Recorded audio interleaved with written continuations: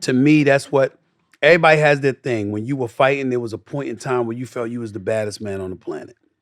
And a lot of people agree with you, by the way, including myself. Doing this, I believe I'm the best in the world.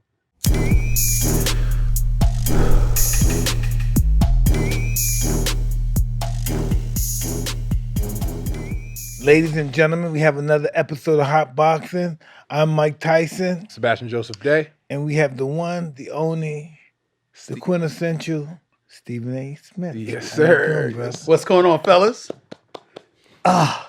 It's about you. What's going on with you? Man, I'm good, man. I said, you know what? They told me Mike Tyson wanted to talk to me. I said, oh, hell yeah. I got to be here for this. I'm so great. I'm grateful. Man, But listen, please. listen. The honor is how all long you mine. been doing this? I remember when you first started, you've been doing this for a minute, huh? I've been doing this, television I've been doing since 1999, 2000. Journalism overall, I've been doing since 1993. Really? Started out as a high school reporter at the New York Daily News. And then 14 months later, I went to the Philadelphia Inquirer. And then I got promoted up the ranks. And then in like 2003, I became the general sports columnist in the newspaper industry. That was before the advent of social media and all that shit. Mm-hmm. And in 2003, when they named me a general sports columnist, that gives you the license to editorialize and give your opinion. Wow. And I was only like the 21st African American in this country's history to get that title. And the reason I say stuff like that, especially to somebody like you, when you were fighting, you would notice you might see some black reporters, Very but few. but that's right, very few. But the columnists were the ones that had a license to give their opinions. And a lot of black people weren't allowed to do that. Most of them, when you look at the daily major metropolitan That's crazy when you newspapers say and all that. of that stuff, you had a whole bunch of white folks that could give an opinion about y'all, but we couldn't do it. I never got into a fight or altercation with a black reporter. Yeah. That's probably why, because they couldn't give their opinion. Yeah. All the people that gave their opinion, I'm right at them. Yeah. I remember, it was I'll tell you, Mike, how you said a quote one time. I think it was to my colleague, Jeremy Schapp. I'm trying to remember. But you said a quote, and it was very, very powerful, and it's something that I held on to all of these years. You were explaining the difference between dealing with somebody black in the media that was critical of you and dealing with somebody white. And you looked at them, and I would often look at black athletes and I would get pissed off because I'd be like, shit, you hold us to a different damn standard than you hold these cats to. That's bullshit. What you doing that for? That's just some fake ass shit. That's what I would think. And then you broke it down one day and you said, I look at you and I don't harbor that level of animosity because I know you don't get it. But if you black, I expect you to know. And I always held on to that. And so a lot of times when you see me tussling, verbally, of course, with the black athlete here and there, whatever, my willingness to tussle with them is that I'm here in front of your face. You could have told me. Whatever the issue is, you give me your story, I got to fall back. I'm obligated to express what you said, not to tell your story my way, but to tell your story the way you gave it to me. Your performance is different. You go in the ring, you lose. You go on the football field, you lose. No, that's my domain. I got to report what I see. But when it comes to your personal story that transcends your realm of play, it's your story to tell. If you don't tell a story, don't bitch at me because I said what I said when I'm right in front of your face, or you got my cell, you got access to me anytime you want to, and you chose to pass it up. I'm going to still do a job. See, Yeah. I called everybody, even if I was fighting with them, I would call them. Right. And that's I respect that too because they give these guys your perspective Right. on them and you as a human being. Yeah. And they all have my number. Like, it's like I'm the easiest person in the industry to find. You know how to catch me.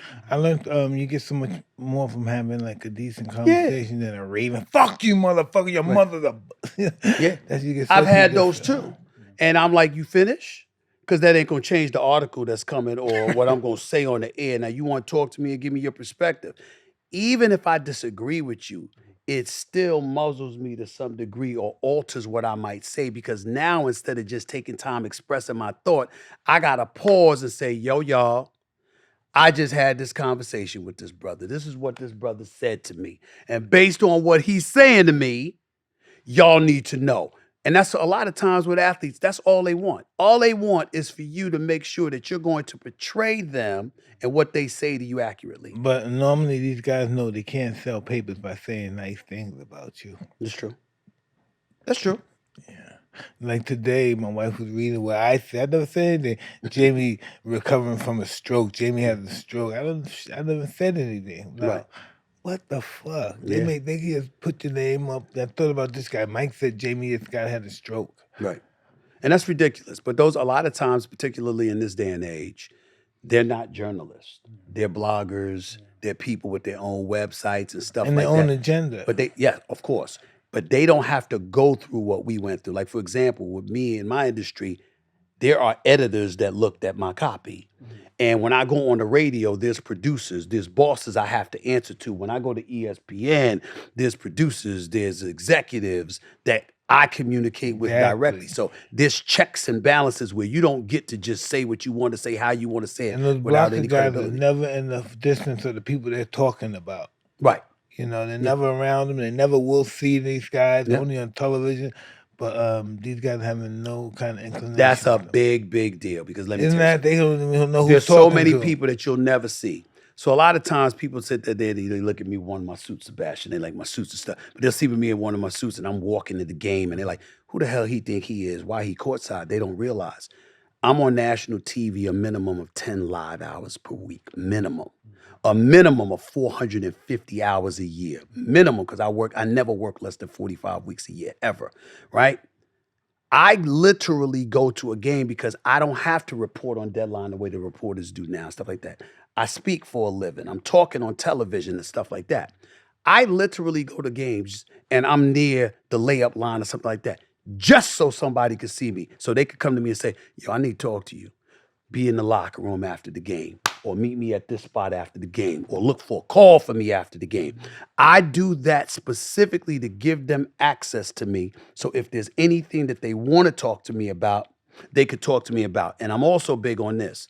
If I said something wrong publicly, I'm not going to bitch up and apologize privately. If I said it publicly, I'm going to go on the air publicly and apologize publicly, because that's what real men do. And that's what I try to do. And that's why I could be so straight up the way that I am, because I know that the respect that's required is what I've always given. You have to always have a relationship where you get access to people. Yeah. Yeah. But now you at a point now in this business day and age where they got to have a relationship with me too. 100%. Most of the guys I had beef with, the reported white guys, we became friends. Yeah. Because I wouldn't stand down for them, let them talk about me, and then still be their friend and talk to them. And not only that, I remember one time you sat up there and said, if I wasn't the way that I was, would you talk about me? Would you write about me? Which was absolutely true. So you had a point, because they wanted you to be the very way and the very thing they were condemning.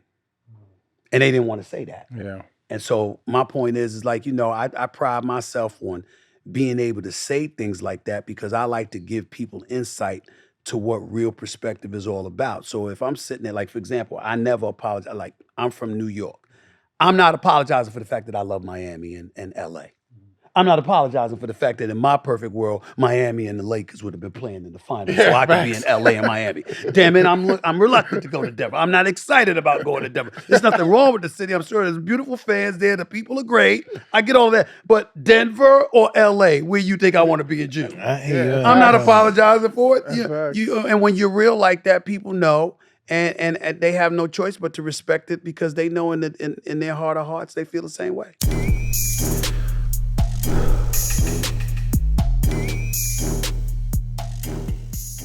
Hey, Mike, did you ever notice how easy it is to get in an accident? Well, they're not planned. It's not something expected. And in many cases, they're unavoidable. 1 minute you're going about your day, and out of nowhere, you're involved into a car accident, work injury, or even a slip, a fall at work.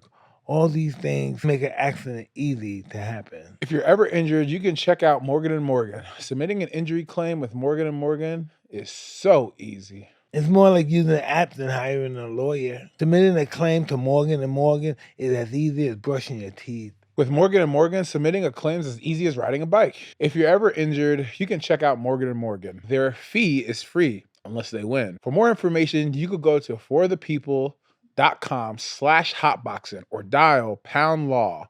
pound 529 from your cell phone. That's forthepeople.com/hotboxin or pound law pound 529 from your cell phone. This is a paid advertisement.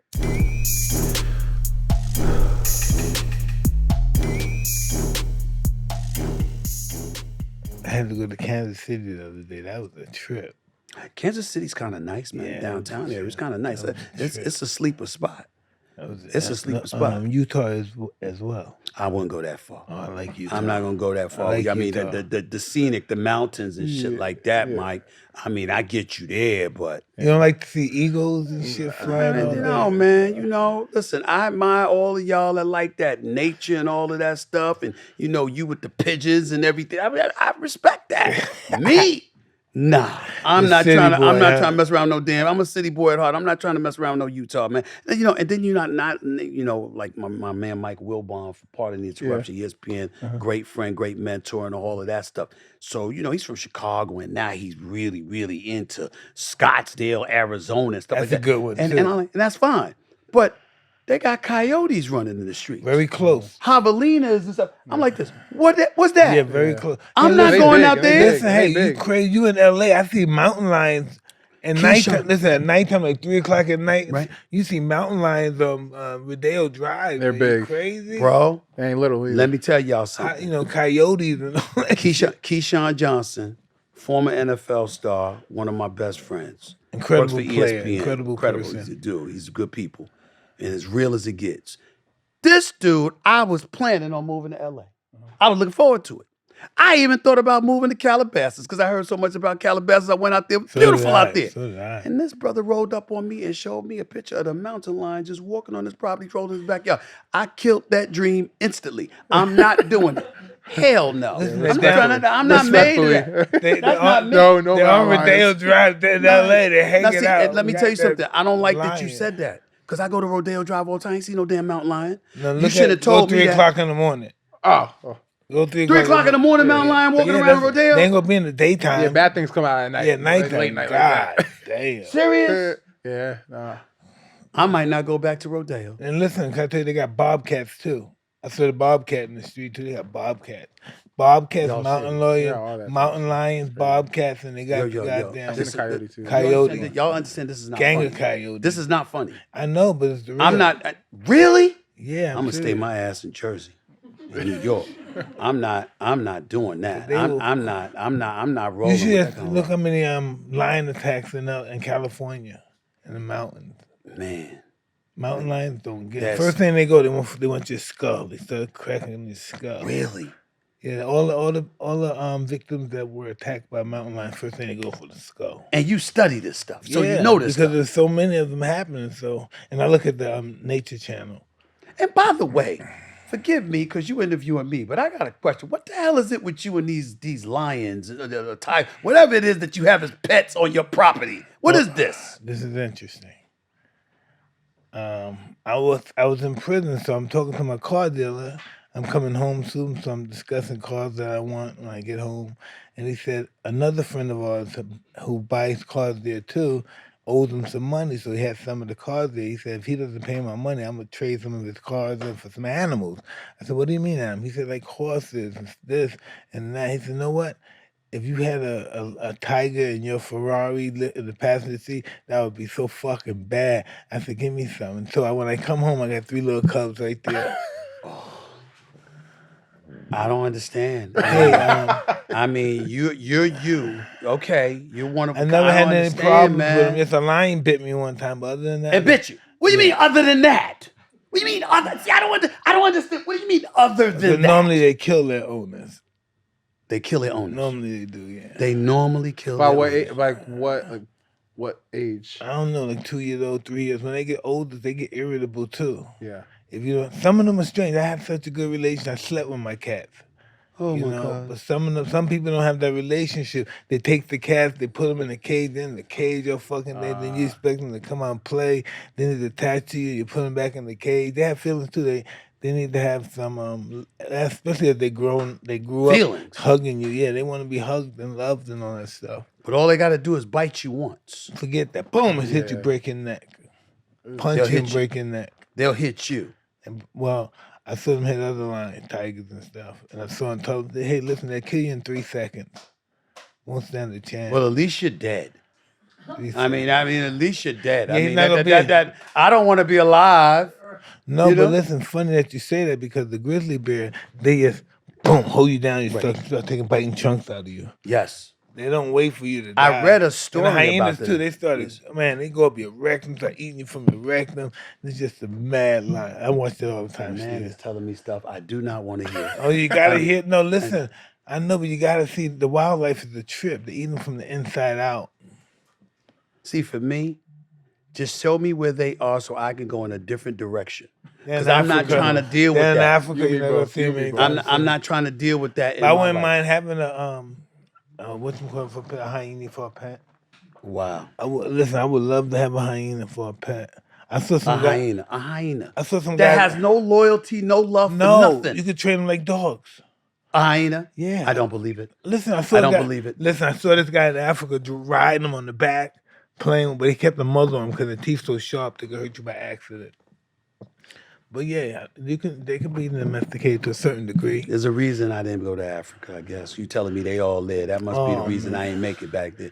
You know, my daughter Sometimes just the went there on lions come vacation right and into- stuff like that. That's why I ain't never been there. That's why I don't have time for all of that. I don't have time for all of that. Oh, that's beauty, man. You know, Beauty? like that stuff. Beauty? You just talked about them eating people from inside out. Or a grizzly And- holding your head and chomping on you while you're alive.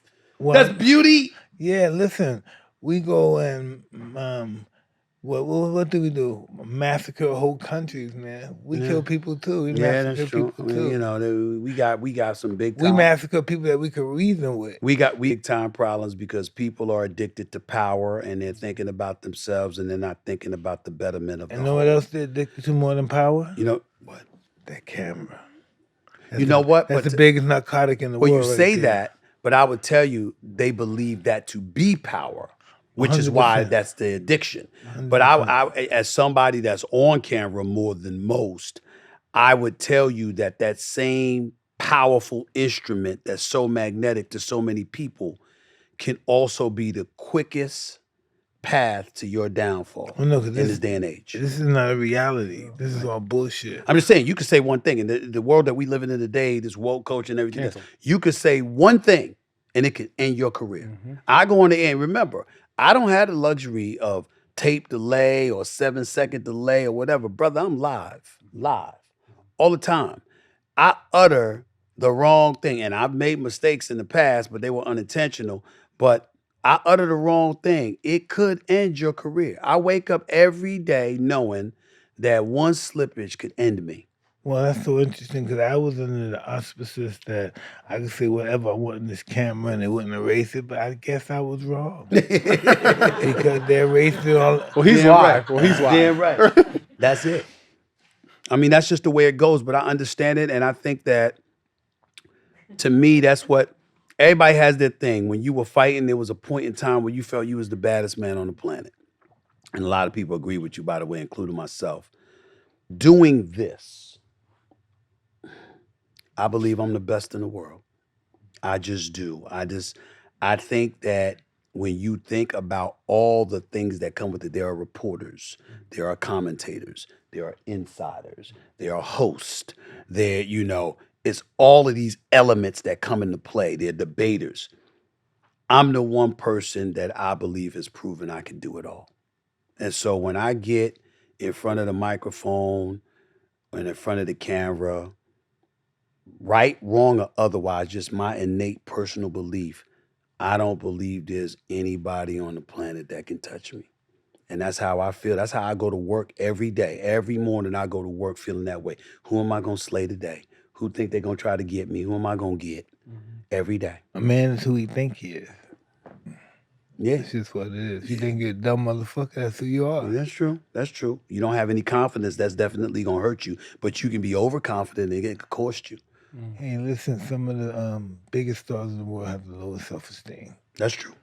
But they're the biggest fucking ego in the world. Yeah. You know, that's just how it is. Well, you know, it's the belief is right, and that's something to speak to. But I also was like, you talking to a cat that got left back in the 4th grade because I had a first grade reading level. You talk about, You're talking to somebody that's been called an affirmative action hire, somebody that a guidance counselor in high school literally laughed in my face when I told her I wanted to go to college because she just looked at me like I was nothing.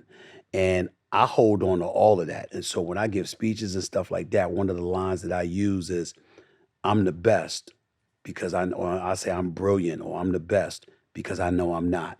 I simply learn from those who have been that way and who are that way. And I master my craft to the best of my ability and march forward, knowing that I have to prove every day that I'm that guy. And to me, that is what makes me great. It ain't the fact that I truly believe that I'm great. It's the fact that I know I won't stop until I achieve greatness. And even then, I won't feel that I'm great because there's another level of greatness to achieve, and another level, and another level, and another level. I won't stop. When did that level stop? When would you stop becoming hunger for that? I don't know because it's never happened. Yeah. I can tell you I take reprieves. Like when I'm with my daughters, it's like I'm daddy. So it's like everything calms down because it's the one thing that makes me smile and it disarms me, and I don't have my guards up because I know nobody in the world loves me more than they do. So because of that, it's like they're my responsibility and I'm their daddy, and it's all about them. And I ain't thinking about anything else. My kids try to, oh man, they give me the blue. They talk about me. Mhm. Like I would say something to my daughter. Hey, Milan, how does it feel to have a father that's the greatest fighter since the beginning of time? And she said, Dad, why do you talk like that? You're illiterate. That's not true, Dad. My daughter, Dad, my no, daughter, you're not Nyla- the best, Dad. Muhammad Ali's the best. my daughter, Nyla and Samantha, they're like this. They're They'll see attacking. somebody, I get stopped on the streets all the time. People want pictures, all of this other stuff. My daughters go like that. Oh God. What do they want with you for? I mean, why? Who are you? I'm like, I'm your dad. I know that, but you're not all that. Oh, I'm like, my daughter said Michael Jordan and Like, oh, Madonna's so much flyer than you, Dad. yeah, Mike, you know. God, Whitney Houston, there's so much Oh flyer my than goodness. you, Oh my, Dad. I think the only thing worse than that was when my mother was alive, God rest her soul. She passed away in 2017. This was about 20 years ago. I had a new haircut. I had a brand new suit. I rolled into my mother's bedroom, and I'd look in the mirror and be like, yeah, I look good today. You know, she'd just stare at me and just laugh and just this day she had attitude. I don't know what was wrong with her. And she just looked at me. She's from the West Indies. Same time. She's from the West Indies. Same time. She looked at me. Go shut up. You're not special. I see plenty of men who look better than you. I said, damn. I didn't expect that from my own mother. So I You go know, hard. my So I feelings. say, I'm like, good Lord. know what I say all day in my house? Y'all got me jealous. Why are you so jealous? Exactly. I said, why you got so jealous? That's right. God, That's right. damn. But then you realize you walk away, and that criticism that they give you and the way they get at you, you love it so much. Yeah, you you miss do. it the way you Yes, don't. you do. Because it's that humility, man. They remind you, You you gotta ain't keep you that in short. person. They keep you in check. You ain't with that family. person to Who do you us. think Keep you you are? grounded. You are. Save that for them That's people right. outside. You are dad. I'm Yeah, sitting back there- in the house is a trip. I'm sitting out here. I'm in LA. I'm in LA. I'm covering the Western Conference Finals. I'm away from them for a couple of weeks. I miss you so much. We miss you too, Daddy. And I was like, all right, Daddy coming home tomorrow. Well, wait a minute. You don't have to come home tomorrow. You know, because we're going here. And oh, by the way, we was going to call you because we needed some money. So that's really why we were calling. But you're not going to see us till the weekend. I said, damn. My family, Damn, listen, you my know. family won't let me go. There's too much trouble going with you. I just want to go in the store. We can't go in and out of the store with you. Mhm. There's too many people blocking you, taking pictures. So my family don't go out with me when That's smart. when they go shopping. That's great. That's great. Because my daughters wouldn't care. If they want something from the mall, they don't give a damn that I'm popular and people going to stop me. That's a personal problem. We need what we need. Figure it out. Deal with that. Yeah. But we need you to get us what we need. And listen, they got their own bank account. They don't have to ask me for no money. Oh, my daughters don't have to ask me for money. I ain't giving them their own bank account yet. They're young teenagers. I ain't giving them their own bank account yet. That ain't happening. You're right. 14 years old, they start going for stuff. Hell no. Hell no. They're going to have to work for that. You're going to have to work for that. That's the way it's going to be. Well, I have some kids that want to do that, but they're like, fuck no, Dad. We're going to wait for you. Do you allow them to curse in front of Excuse you? me? Do you allow them to curse in front of you? Listen, I don't mind them doing whatever they want if they're at their age grown, but they never have. Okay. They never have. I do. I would mind. I curse all the time. My kids are nothing like me as far as cursing, ironic. I curse all the time too. But Yeah. guess what?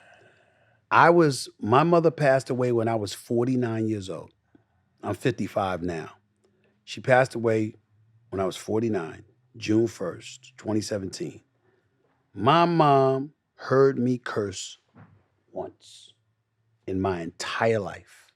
And it was when I was cussing out my sister and I didn't know my mother was behind me. That's the only time my mother ever heard me curse. Because it was understood, that's mama. You don't let her hear you talking like that. And my mother wasn't having it. So to me, I know my daughter's gonna do what they're gonna do. But it's that voice in their ear when I'm gone. You know, like you gonna do what you want to do. Hell, you gonna lie to daddy about it. You gonna lie to your mama about it. I get it, I understand it. But at the end of the day, you know what I would approve of and what I wouldn't approve of. I don't want you going out thinking it's okay just to do what you want to do and talk the way you want to talk. I make sure that I instill that in them. So when you do what you want to do, you at least know what I believe is right and wrong. I respect that too. It's just different situation. Yeah, I was born in a brothel. My mother and my father, so they cursed all day. Mhm. Listen, if they spoke real English, I wouldn't understand what they're saying. Right. So, bitch, hoe, motherfucker, get my money, bitch, this, Yeah. fucking kill you, motherfucker. Throwing hot water on That's right. Yeah, that's just what I'm accustomed to. It's crazy. No doubt about it. And there's a lot of different strokes for different folks. Because I know you know from the basketball game, some people have some intense lifestyle. Man, Before they got on the basketball. No court. doubt about it. There's a lot of that stuff going on, and it's a lot of and you got to take that into consideration too. And one of the things that I respect about so many athletes I've been blessed and fortunate enough to cover is that when you get to know them, they will open up about who they are and how they came to be that way. And when they're willing to tell you the how, that really matters because it's like, all right, this is the environment they come from. Like everybody knows I'm very tight with Allen Iverson. That's my guy. And, He hates this other guy. What's the other guy? That's on the YouTube. Haven't he got Lockwood? What's that? Whitlock or whatever. Yeah, I don't talk about him because I feel the same damn way. Oh, wow. But Is he that bad? What's wrong with that guy? he's worse than you realize. Really? I'll just leave it at that. Okay. But I will tell you that when it comes to AI, he's been through so much. And so there were times in my career I had to be critical of him. And then he'd get mad and he wouldn't speak to me. And, I wouldn't speak to him. And then the friends would get us together and we talk. And I'd say, this is what I could have said, but I never did. If you notice, this was vague. I didn't tell your business. You know what I'm saying? You did stuff that ended up in the police blotters. That ain't me telling your business. That's you letting your business out to police, which ultimately becomes a matter of public record. And everybody knows that wasn't me because there's certain codes you don't violate. Like I can talk about your game. I can talk about your ability to fight based on what I see in the ring or what you do on a football field and based on what I'm seeing from that. What you will never see me do is tell somebody your personal business without your permission. Unless you end up in the police blotters. If you end up in the police blotters, then it's a matter of public record. But if that ain't the case, no, your story is your story. Because to me, when the assignment is over, I gotta walk in the streets with all of y'all. And what I mean by that is that, yeah, Mike Tyson and Sebastian is sitting right next to me, but there's a whole bunch of Mike Tysons and Sebastians everywhere. And I like people to know there's a code that I understand because I come from that cloth. So I live the same way y'all lived. I've been through a lot of shit just like y'all been through a lot of shit. I'm not violating certain things. And real knows real. So when you dealing with cats, particularly out in the streets, they understand that who they know who a phony ass person is and who isn't. When you from the streets, you pick up on that quick. Now, whether you like it or not, ain't nobody gonna look at me and say, I'm phony. And that's the code that I live by. And in your personal business, I ain't see no evil here. No, he ain't none of my damn business. But when you step in that ring, you step on that football field, you step on that basketball court, if you played like shit, you fought like shit, I'm gonna say so. If you were great, I'm gonna say so. Because then I could look you in the face and you'll know it was just about the job. It wasn't about anything more than that.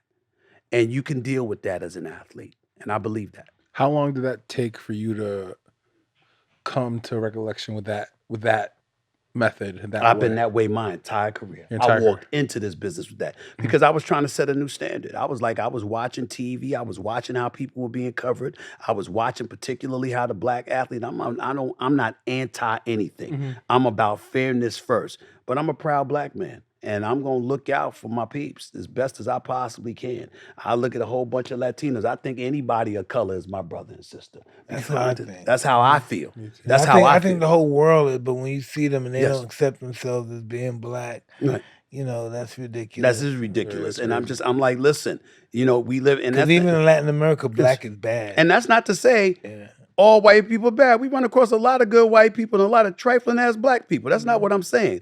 I'm just saying that from an ethnic perspective, when you consider our plight is shared by a lot of people of color from different ethnic backgrounds, particularly the Latino community and others. And so for me, I like to be somebody that walks out there and everybody knows I'm of that cloth, that I'm the kind of guy you can walk up to and talk to and be a real brother to. You know, and I'm 100%. like it is. I want everybody to know I'm black too. Same shit. It matters. It matters. I don't want to be somebody that has to deviate from who I am and distance myself from my own community just to make it. 100%. I'm not about that. But you do have people from our community that think that just because you're from that community, you have to think identically to them. And I think that's bullshit too. That's so limited. That's right. So limited. You're in the house. You're in a household. Like when we go to politics and stuff, I tell people all the time, black folks can talk that shit all they want to about how we come together and we vote Democrat. We don't live in completely Democratic households. No, we don't. Hell no. My mother was law and order. You'd have thought she was Trump. She sat up there, it's my way or the highway. This is the way it goes. You got the right to shut the hell up and do what you told her. Your father's right over there, and we're going to interrupt him watching his Westerns or the Yankees, interrupt him eating his pork chops and drinking his Budweiser, just for the sole purpose of him getting up to whip your ass because you didn't listen to what I said. That's the house I come from. Every black person I know came from a similar household. This, go to the corner, take a time out. You know, and everything's receptive. And you know what? It's like, don't get me wrong. I'm not passing judgment. Homophobia exists. Transphobia exists. We see the black church and, you know, during the Obama administration, you're embracing the homosexual community with gay rights and all of that stuff. All for that. I'm liberal in my thinking in regards to that. Support, live and let live. I'm telling you, my parents weren't like that. My parents were like, that's cool, but in this house, now you get out the house, you can do whatever you want. But in this house, it's going to be this way. And if you don't like it, your ass can go out in the street and live your own life. Every black family I know, that was that. Did you hear this one? I brought you in this world, I take you Oh, that was my father. I thought this Brought you in this world, I take you out. black people said, everyone said that back then. My father played a skit from the Cosby Show years ago. And Theo didn't want to go to work, and you know he had this play money, and Bill Cosby had sat him down, and he said, "You know what? That's the dumb." He said, "Why don't you just love me anyway because I'm your son instead of these expectations?" And Bill Cosby's like, "That's the dumbest thing I've ever heard in my life." He said, "You're not listening. You got stuff oozing out of your ears." And he said to him, he said, "You will do it because I said so. I brought you in this world, and I'll take you out." And I came home that night. And my father had saved it just to tell it to me. He said, "I want you to watch this episode." They want to kill us. They threatened to kill us. Oh, that's all the time. That's threatening to kill you. Oh, my father would be in jail with what he did to my brother. My brother skipped school, played hooky. He came home. Listen, my father they don't do that no more. I know that. My father grabbed him by his neck,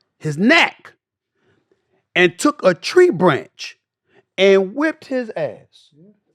Now today, he'd be in jail. You can't do that. Adrian Peterson, remember, football player in Minnesota, he got in trouble for corporal punishment. I was like, that's corporal punishment? Yeah. Hey, Damn, my father, he The got thing away with a lot of shit. I'm telling I'm telling you, man, the things. Listen, This is truth. that football player brother, son doesn't understand how much he got away. Yeah. He got away with so much. Cause he be hurting right now if that was my father or mother. He be still fucked up. Oh, my Lord. I mean, it's he be crazy. traumatized and shit. It's crazy. I mean, my sister got in trouble when she was a teenager. My father took a broomstick and beat her so bad, Myself and my sister jumped on top of her to cover her so he could stop hitting her because she was on the ground shivering.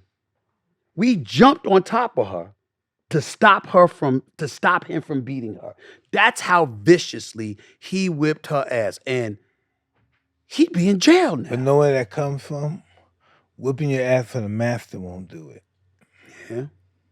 You can say that. Yeah, I can't yeah, necessarily that's- disagree with it. That's where it comes from. I can't necessarily disagree Not with it. wanting the master to whip us, so we beat it. Well, not only that, I just think that, discipline was the order of the day in the black household. I'm not speaking for anybody else. I never became disciplined from no ass whipping. Well, I will tell you this. I was disciplined for fear of the ass whipping. I ran away from home. I would run. Yeah, Yes. I would run away. I was disciplined for fear of the ass whipping. My father didn't play, and my mother was greatest woman I've ever known.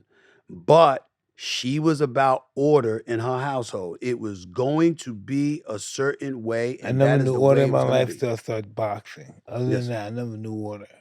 And that's why you speak about boxing so fondly, the discipline of it all. 100%. Because I watch your clips all the time when you're talking about if you don't have discipline, you have nothing. Nothing. I don't care how You good always, you are. yeah.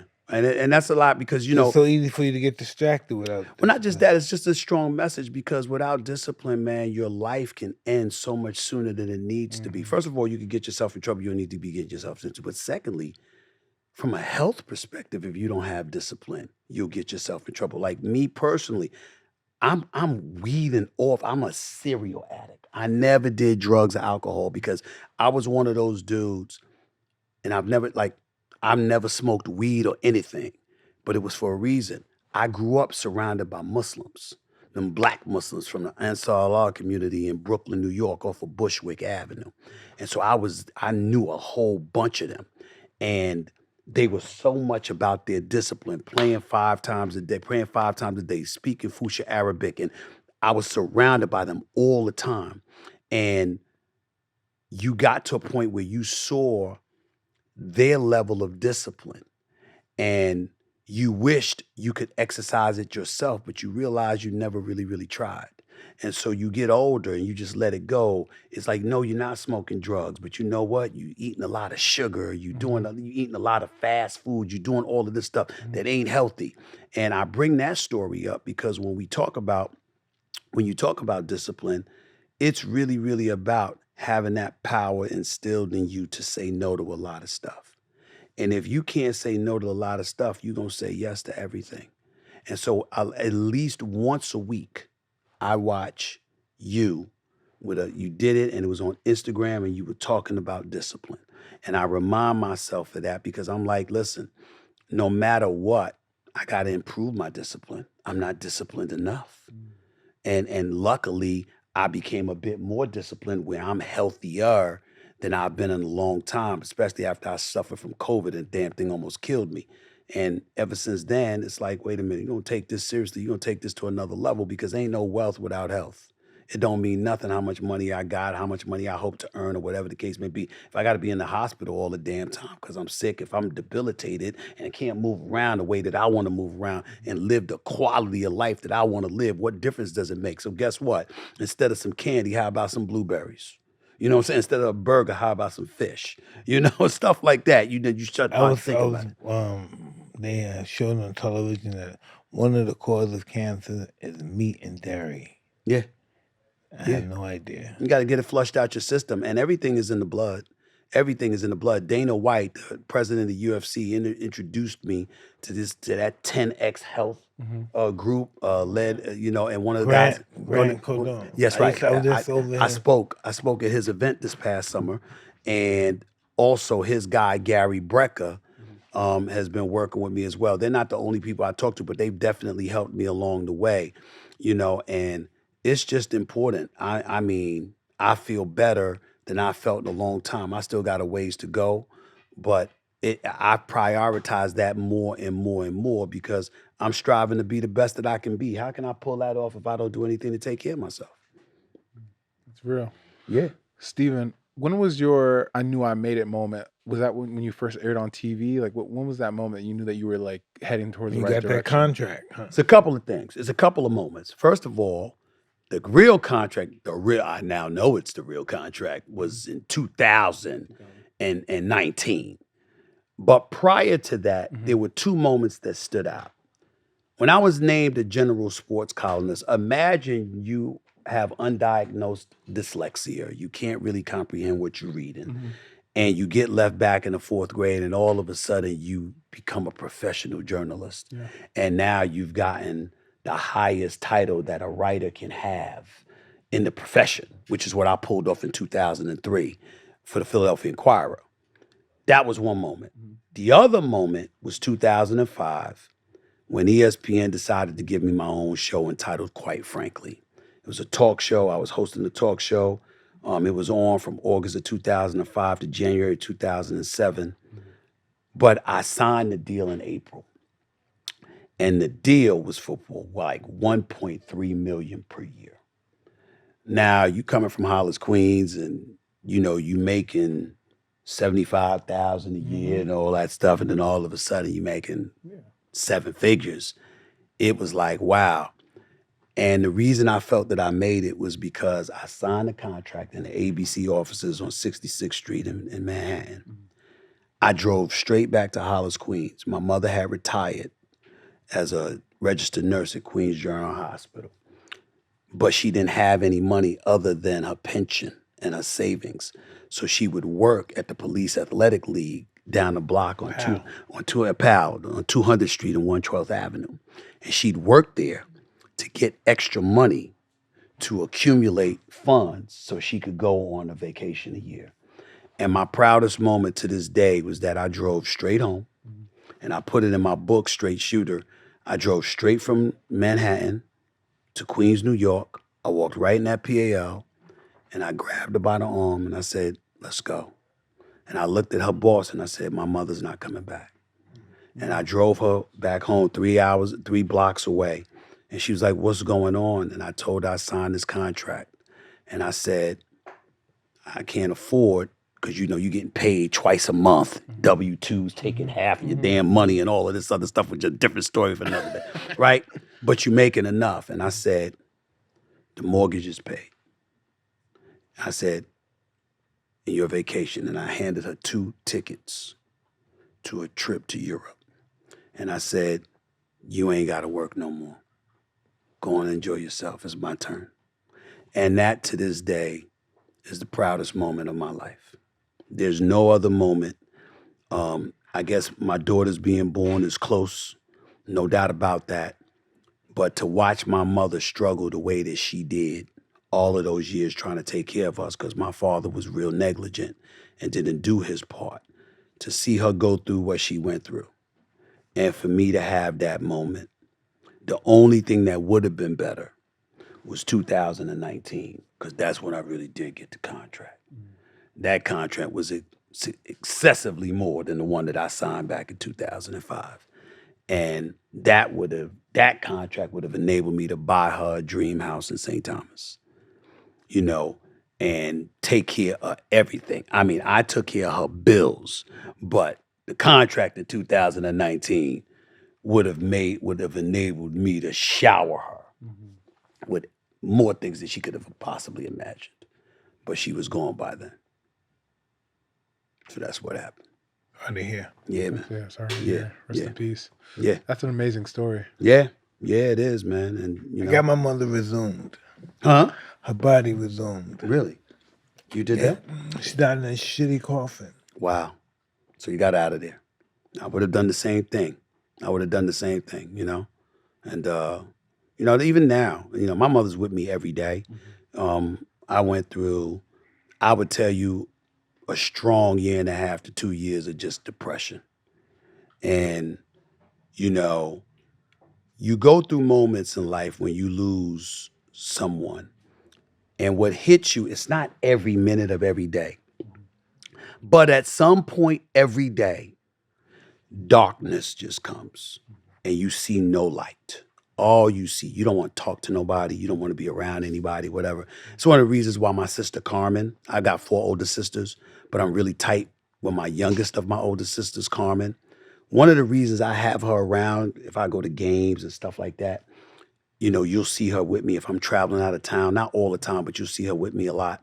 One of the biggest reasons I have her around is because she's the only person who knows immediately when those dark moments hit, because she's going through the same thing. Something will happen to remind ourselves of our mom and that she's not here.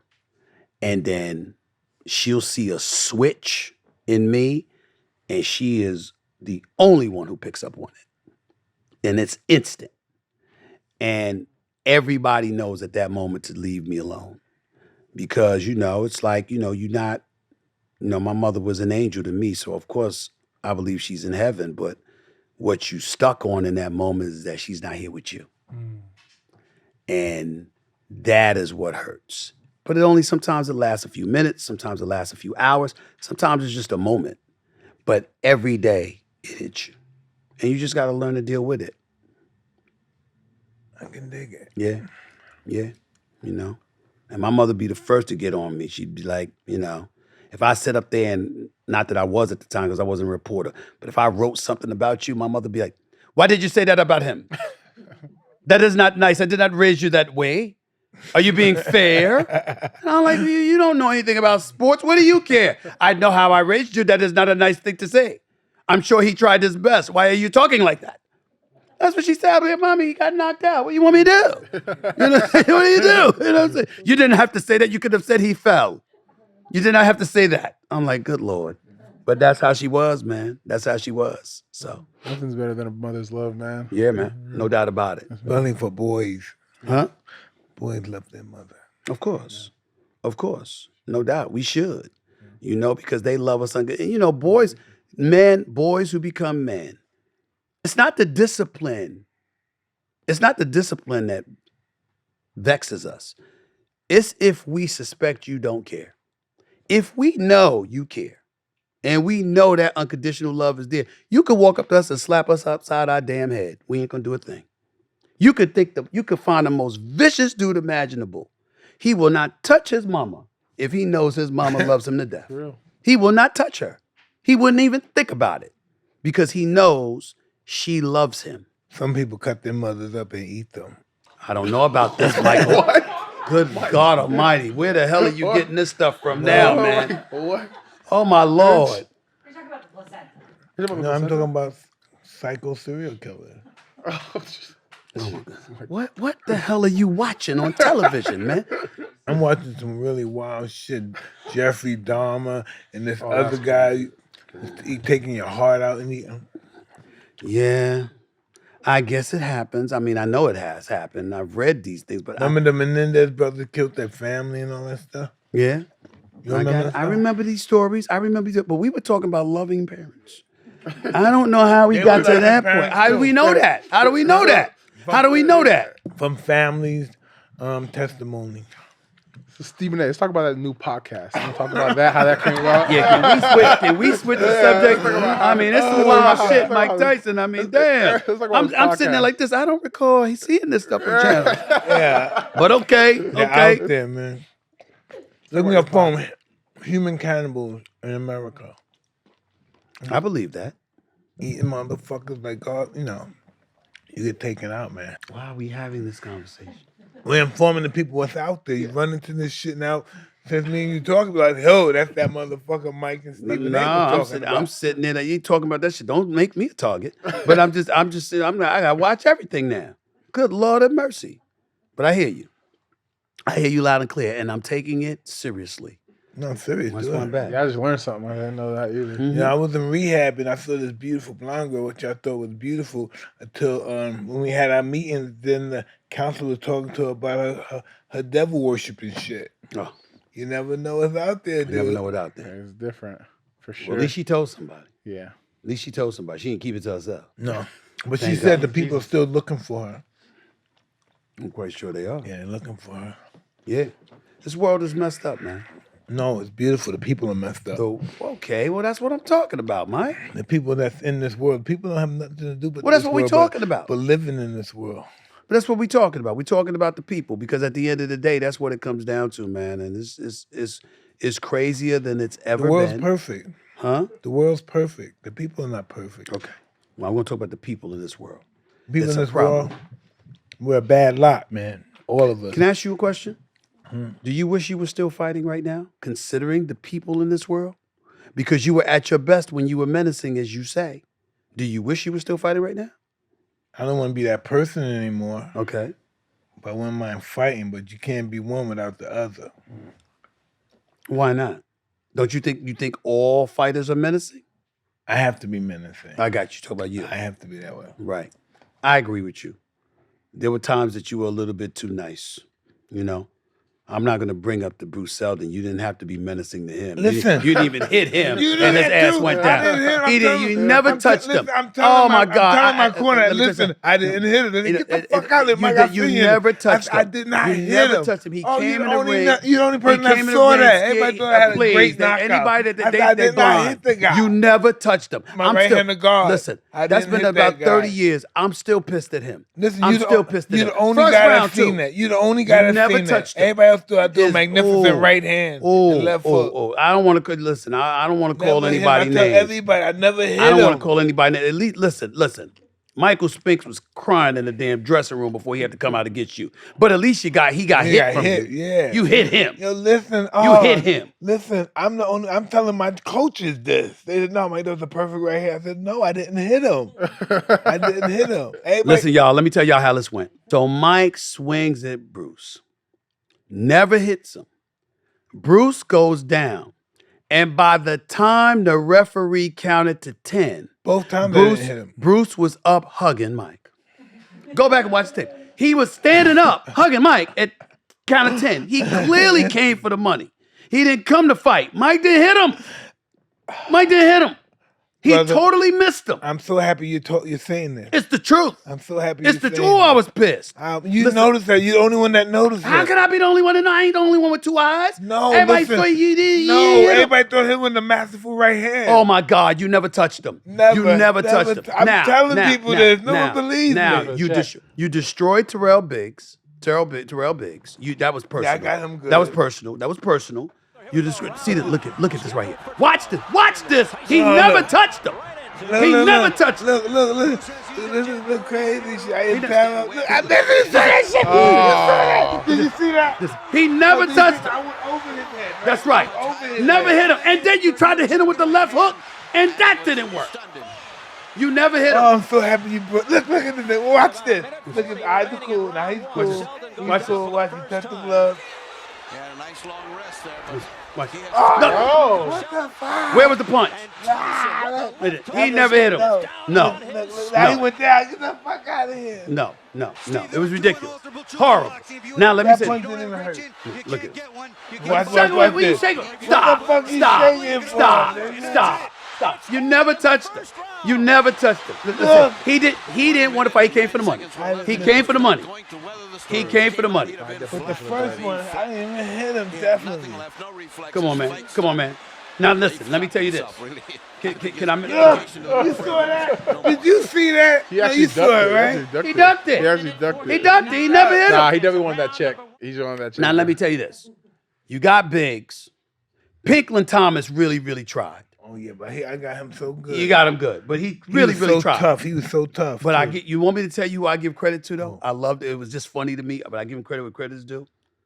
He was way beyond his prime, Larry Holmes. Oh, I had to Because- get him for because- home. I had to because- get him for Ali. Now though. you got him because here's the point.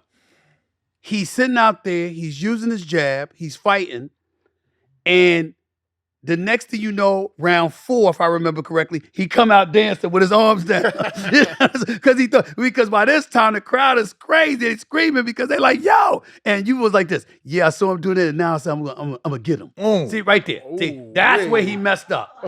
That's where he messed up. And then the second time you didn't hit him, but he had never recovered from the first knockdown. So he's gonna get it. He's gonna go down again. And then the last time he got his arm stuck in the ropes. You saw and that you one got tried him. to And you got him. uppercut. And you got him. Look at him. See? He tried those his arms up in the room. He's trying. See? Oh. You missed the right, but he's still recovering. See? He's still recovering. The crowd going crazy. Absolutely. And I loved Holmes. Loved him. I One of the finished him greatest before ever. the end of the round. That's right. 2 But seconds or something. But right here, you tried. See? See, he's blocking you in the hole, but he's holding on, Oh, but his he arm's gonna missed get that stuck one. in the rope. His arm's gonna get stuck in the rope. Watch this, Sebastian. His arm's gonna get stuck in the rope. He's trying. He's older now. He can't move the way he used to. All right, see, he's holding. He's doing the best he can. Oh, he's cooked. He's cooked though. He's cooked. Well, watch, he's gonna get his arm cut in the rope. Trust me on this. I remember. Here it is. It's coming in a second. It's coming. It's coming. See, Oh my God, you're being a watch. No, but he's fine. Mike ain't catching him with everything. Yeah, I'm not getting him You know? clean. See, got he's caught. trying. Now his arm gets stuck. There you go. He got caught in the rope. There you go. His arm got caught in the rope. You saw that, Yes, right? sir. Of course I saw it. Of course I saw it. You know, and you know, let me tell you why that fight was special to me. My brother passed away in a car accident in 1992. He was a huge Mike Tyson fan. That's the last fight we ever saw together. Yeah. That fight right there. That was the last fight because he was a traveling salesman, so he was on the road, and I would only see him like once or twice a year.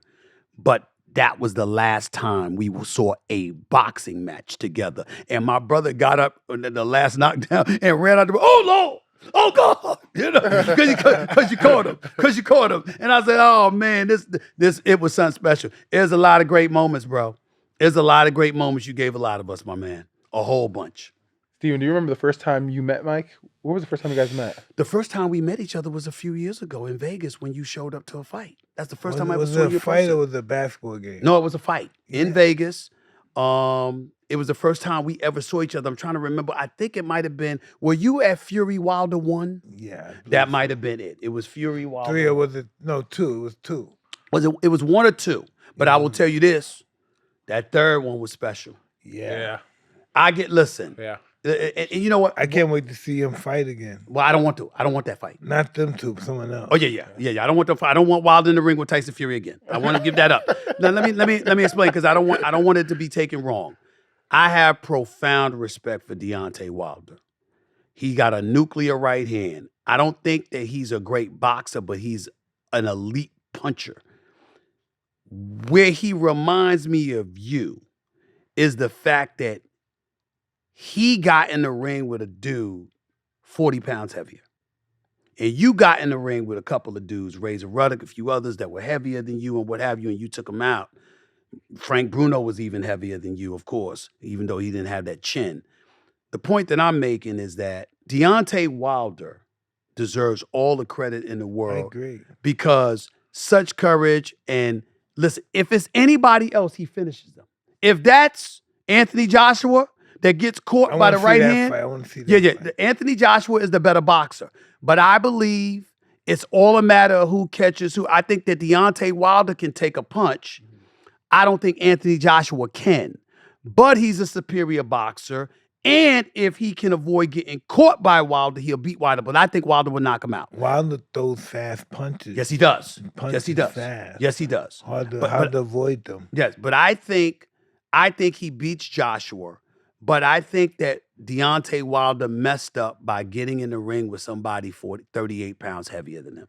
Because Tyson Fury, if you remember the press conference for their third fight, Tyson Fury was pissed off because, first of all, he got sued by Wilder, and that's why he had to do the fight, because he was looking for another fight, and Wilder sued him because Wilder didn't want to wait. He wanted that fight then. So then they show up to the press conference, and Wilder got his headphones on and doesn't want to talk. And Tyson Fury says, I fly across the ocean and we're supposed to be promoting the fight. And he said, and here he is acting like this. He said, so he doesn't want to talk, I'll talk. He said, I'm going to beat him because he's an idiot. Literally said that. He said, here's what I'm going to do, y'all. He says, I'm going to box him because I'm a superior boxer. I'm paraphrasing, not quoting. He said, I'm a superior boxer. I'm going to box him. He said, I'm going to lean on him. I'm going to wear down his legs. Okay? He ain't going to be able to move. He said, because I'm going to come in the ring about 40 pounds heavier than him. And there's nothing he can do about it. And it's exactly what he did. Is it the only time I can remember something that accurate? I was at Floyd Money Mayweather's house right before he fought Conor McGregor. And I don't consider that a boxing match because Conor McGregor wasn't no damn boxer. UFC champion, well, he wasn't a boxer. So I didn't consider it. It was an exhibition in my mind. But I still listened. Floyd Mayweather looks me in my face and he says, I'm going to take him out about the 8th or 9th round. And I said, your hand's always broken. You ain't known for your punching power since you moved up from lightweight to welterweight. Why are you so sure you're going to do this? He said, Stephen A., he's a UFC fighter. He said, and he's a striker. He's accustomed to coming at you and throwing punches. What he's not accustomed to doing is punching while he's throwing backwards, while he's moving backwards and pushing you off of him. He says, I'm going to walk right into him and stay in his chest. He's going to have to push me off in order to throw his punches. He said he's going to be circling the ring. He said by around 4 or 5, he's not going to have any legs. He's going to be done. And he said, and I'll just toy with him and keep him around until around the 8th or the 9th round. And that is exactly what Floyd Money Mayweather did. He told me exactly what he was going to do, Well, and he did it. he's the man. Yeah, He is the man. He is the man. He is the man. I see nobody on his level in the game today. And I love boxing, but I see no one on his level. On his level. I don't see- Deontay Wilder's, I mean, not Deontay, Gervonta Davis is, No, he's a monster. he's a bad boy. And his boxing skills are better than he's being given credit for, because I saw him against Pitbull. That was a good fight. Right. Now that guy came at him, and he's short and stocky, and he really He's getting ready protects to himself. fight a good guy, too. What's that guy named Frank? I don't know. I He's didn't right look up that there with him. He's right Okay. under Haney and Frank. I Okay. forgot his name. But- Frank Martin. Okay. What do Okay. you think about the Haney fight? I thought I had it a draw.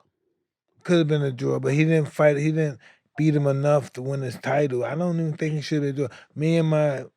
I thought Haney won. Well, let me thought tell he you what I closed it felt. out.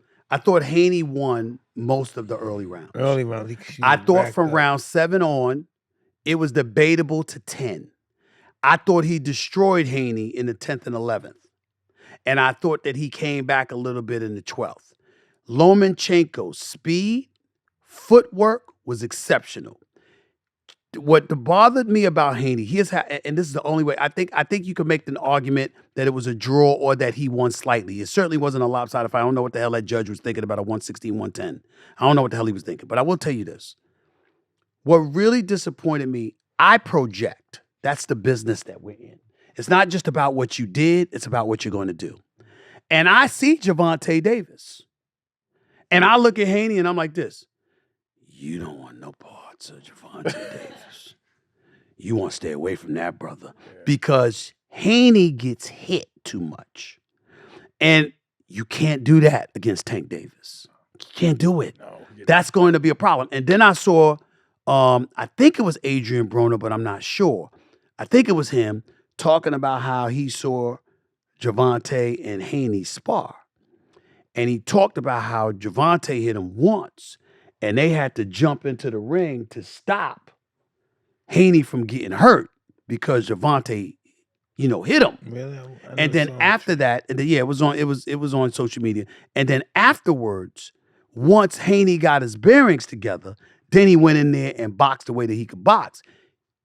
I think it was Adrian Broner again. What I remember him saying was, "That's cool, sparring, but if that's a real fight, we don't get to jump in the ring and stop Tank from getting at you. Tank finishes you." You see what I'm saying? And so that left the impression that he'd beat Haney. I look at Haney's boxing skills.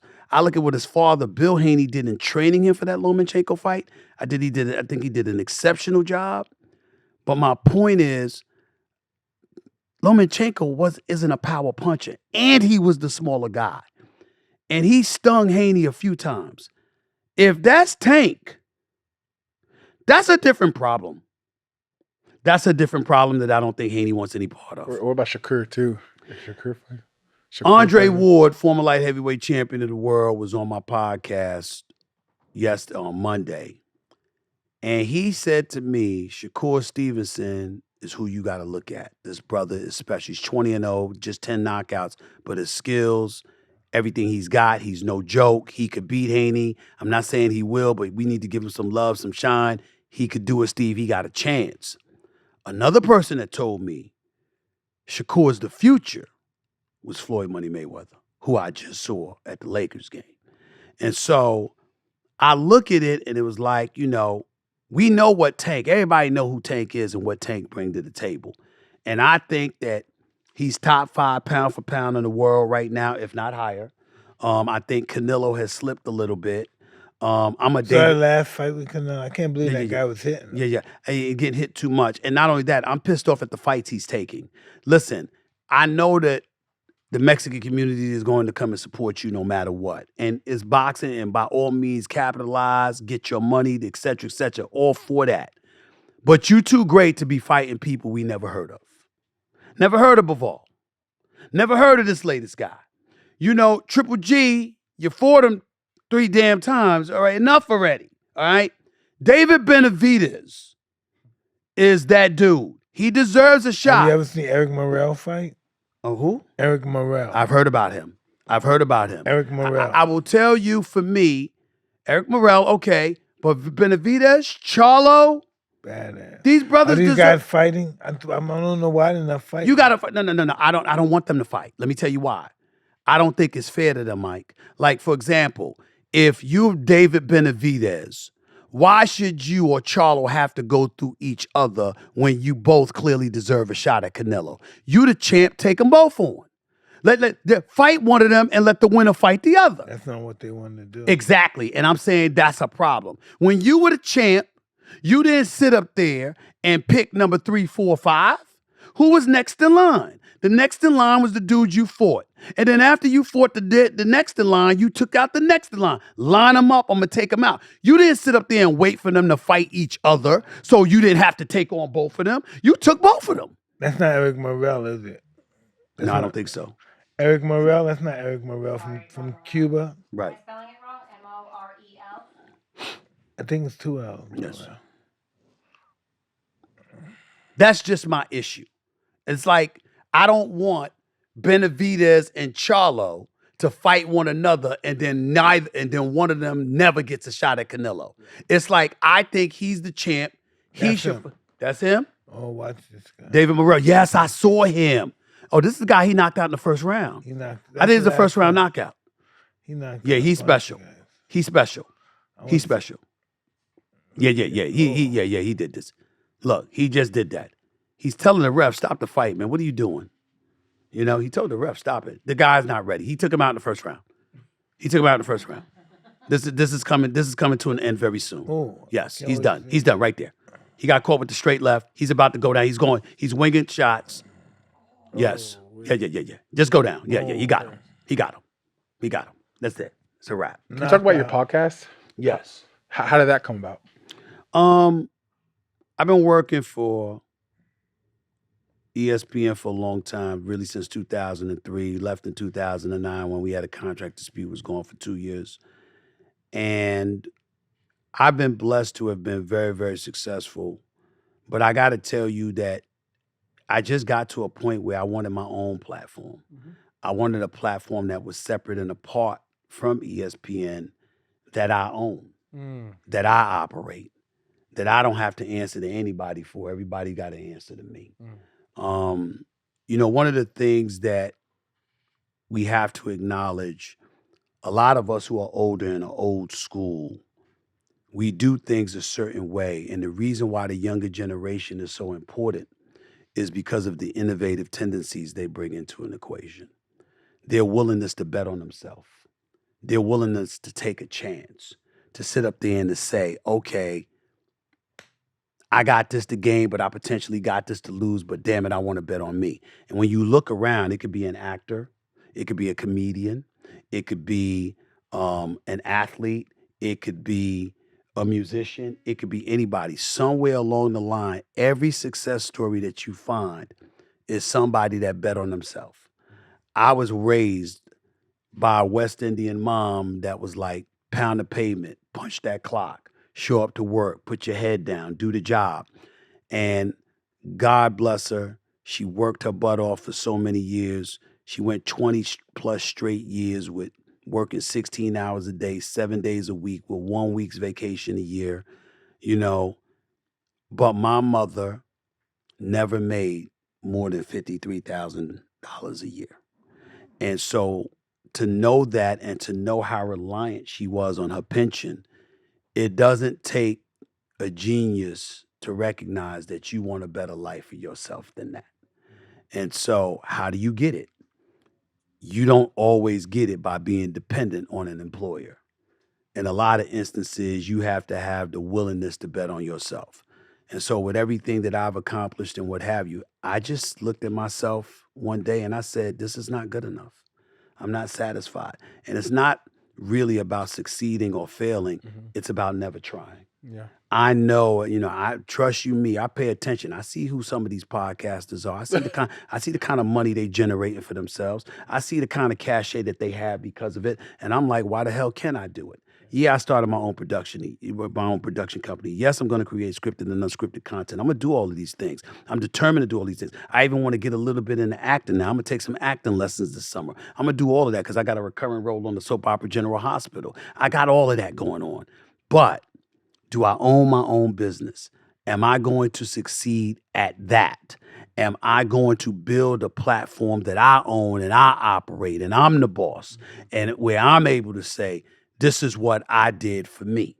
That's the itch that I have right now. And it's a marathon. It's not a sprint because it's not a sports podcast. I discuss sports on it all the time.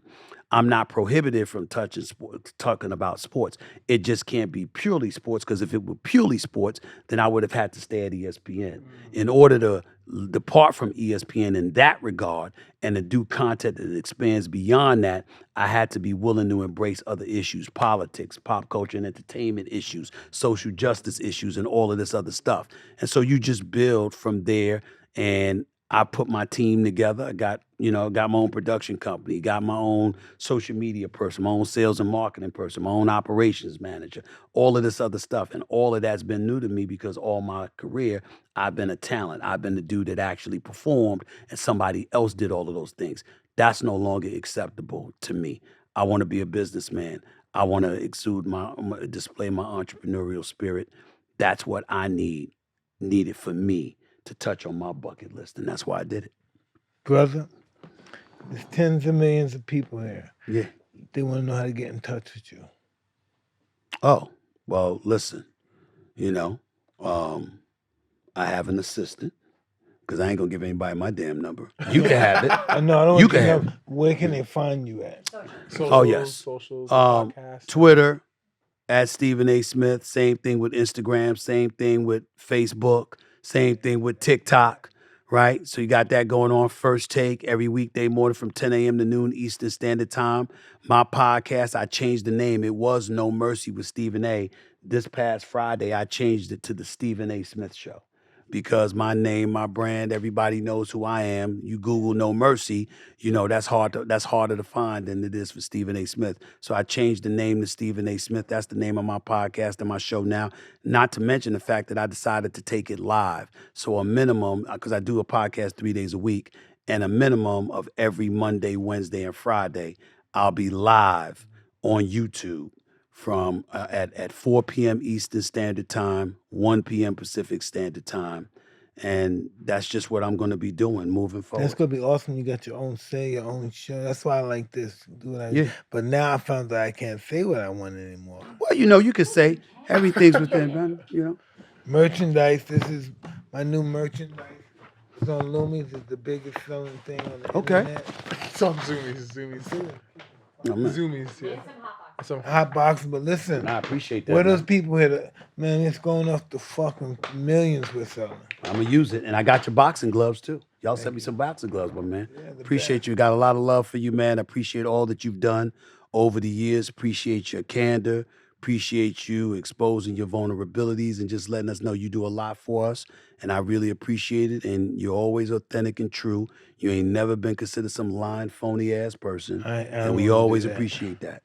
Thank you, brother. Always. Thank you very much. Absolutely. Good to see you too, bro. Oh, we're going to wrap it up now? Please, take us out. Well, there you have it. It's another episode of Hotboxin. That's Mike Tyson. I'm Sebastian Joseph Day. And we have the one and only Stephen A. Smith. Stephen A. Anthony. We out of here.